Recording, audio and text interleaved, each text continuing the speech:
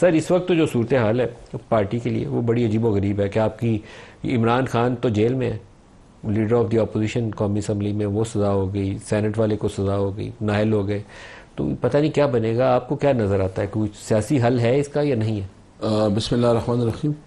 دیکھیے ہمارے لیے تو گزشتہ 3 سالوں سے جو سلسلہ چل رہا ہے اس میں تو کوئی کمی نہیں ہے اور مختلف حربے استعمال ہو رہے ہیں.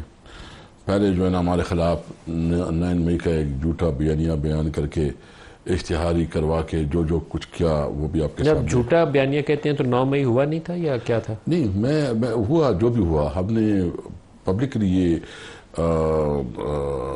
مطالبہ کیا کہ اس کے اوپر جوڈیشل انکوائری کرے. پارٹی کو آفیشلی اس کو کنڈیم کرنا چاہیے نا، اس میں سینڈ ہونے بھی چاہیے. ہم نے تو 200 دفعہ اس کو کنڈیم کیا ہے اور ہم کہتے ہیں کہ جوڈیشل انکوائری کرو، جو بھی اس کے رسپانسبل ہے اس کو سزا ملنی چاہیے. لیکن انصاف کے تقاضے تو پوری ہو نا، میرٹ پہ تو حقائق سامنے آئے، شفافیت کے ساتھ ہونا، شفافیت کے سامنے. ہم تو بھائی یہ کہتے ہیں.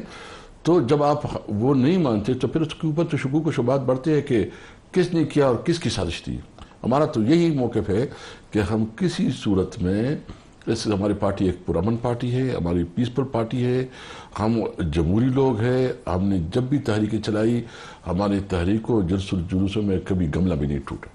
اور آپ نے دیکھا عام لوگ جو ہے نا پہلے دفعہ جو جلسوں میں آتے ہیں، بوڑھے جوان خواتین بچے، یہ تو ایک نئی سیاسی خوبصورتی کا ایک شکل ہے. سر لیکن آپ کی اس پیسفل پروٹیسٹ کے اندر جو لارجلی پیسفل تھے، لیکن بعض ایونٹس ایسے ہیں جو سیاہ دھبے کے طور پر پیش کیے جا سکتے ہیں، جس میں سے 9 مئی ایک سیاہ دھبا. دوسرا سیاہ دھبا وہ ہے جب آپ لوگ پی ٹی وی اسٹیشن میں گھس گئے تھے اور پارلیمنٹ ہاؤس کی دیواروں کو وہ کاٹ رہے تھے پیٹ والوں کے ساتھ مل کے، تو وہ بھی آپ ہی کی تحریکوں کے دونوں شاخسر نے.